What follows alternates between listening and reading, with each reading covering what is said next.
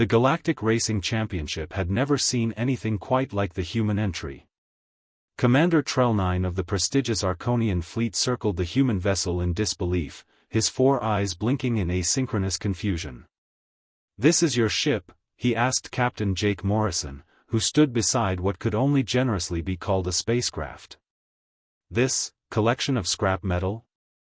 The makeshift, as the humans had ironically named it, was a Frankenstein creation of salvaged parts, exposed wiring, and hull plating that looked like it had been beaten into shape with hammers. No elegant curves, no shielding arrays, no quantum stabilizers, just bare-bones engineering held together with what appeared to be welding and sheer stubbornness. Jake patted the hull affectionately, ignoring the small shower of rust that fell from the impact point. "She'll fly. That's all that matters." The other racers laughed. The Valorians had brought ships with adaptive AI and gravitational dampeners. The Kthresh delegation piloted vessels that could phase through solid matter. Even the merchant-class Plenary had ships with redundant safety systems and medical bays that could resurrect crew members from catastrophic injuries. The humans had duct tape and prayer.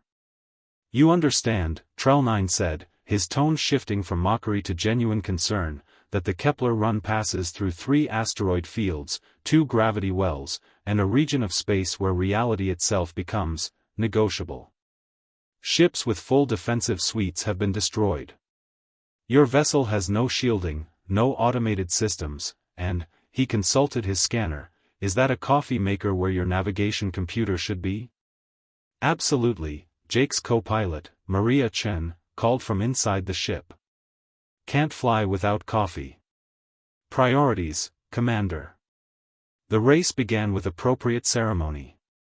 37 ships from across the galaxy launched simultaneously, their engines creating a symphony of advanced propulsion technology. The makeshift coughed black smoke and lurched forward like a startled animal. Within the first hour, the predictions seemed accurate. The human ship fell behind immediately, unable to match the raw speed of vessels designed by civilizations that had mastered faster-than-light travel for millennia. Trell9 watched from his flagship, already composing the eulogy he'd deliver when the humans inevitably perished. Then they entered the first asteroid field. The advanced ships slowed, their sensors calculating optimal paths, their AI systems running probability matrices. The makeshift didn't slow down. Jake grabbed the manual controls, actual physical controls that the other species hadn't used in centuries, and flew by instinct. He dove under tumbling rocks the size of moons, threaded gaps that sensors declared impossible, and performed maneuvers that would have liquefied any species with more delicate biology. The ship groaned and shuddered, hull plates screaming, but it held together. "They're insane," the Valorian pilot transmitted as the humans shot past in a shower of sparks.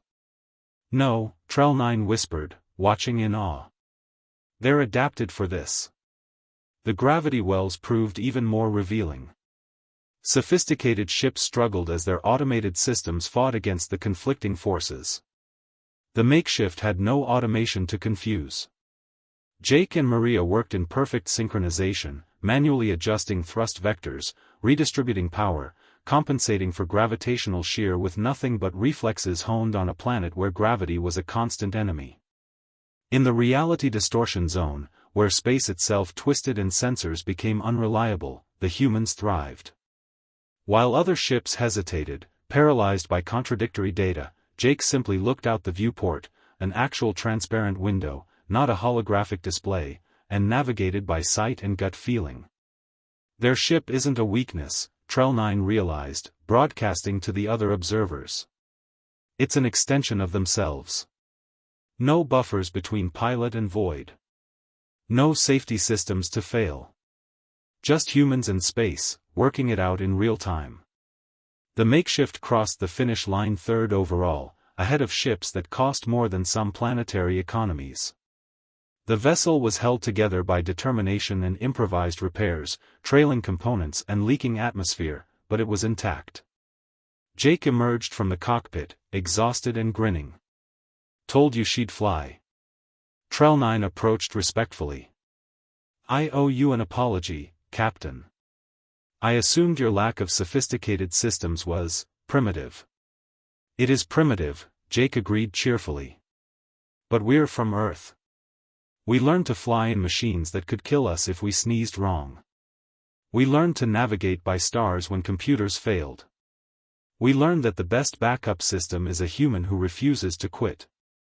Maria appeared beside him, holding a steaming cup of coffee from their jury-rigged maker. Plus, when everything's manual, nothing can glitch. Can't hack a wrench. The Galactic Racing Commission later added a new category to their regulations: minimum required safety systems. They called it the human rule.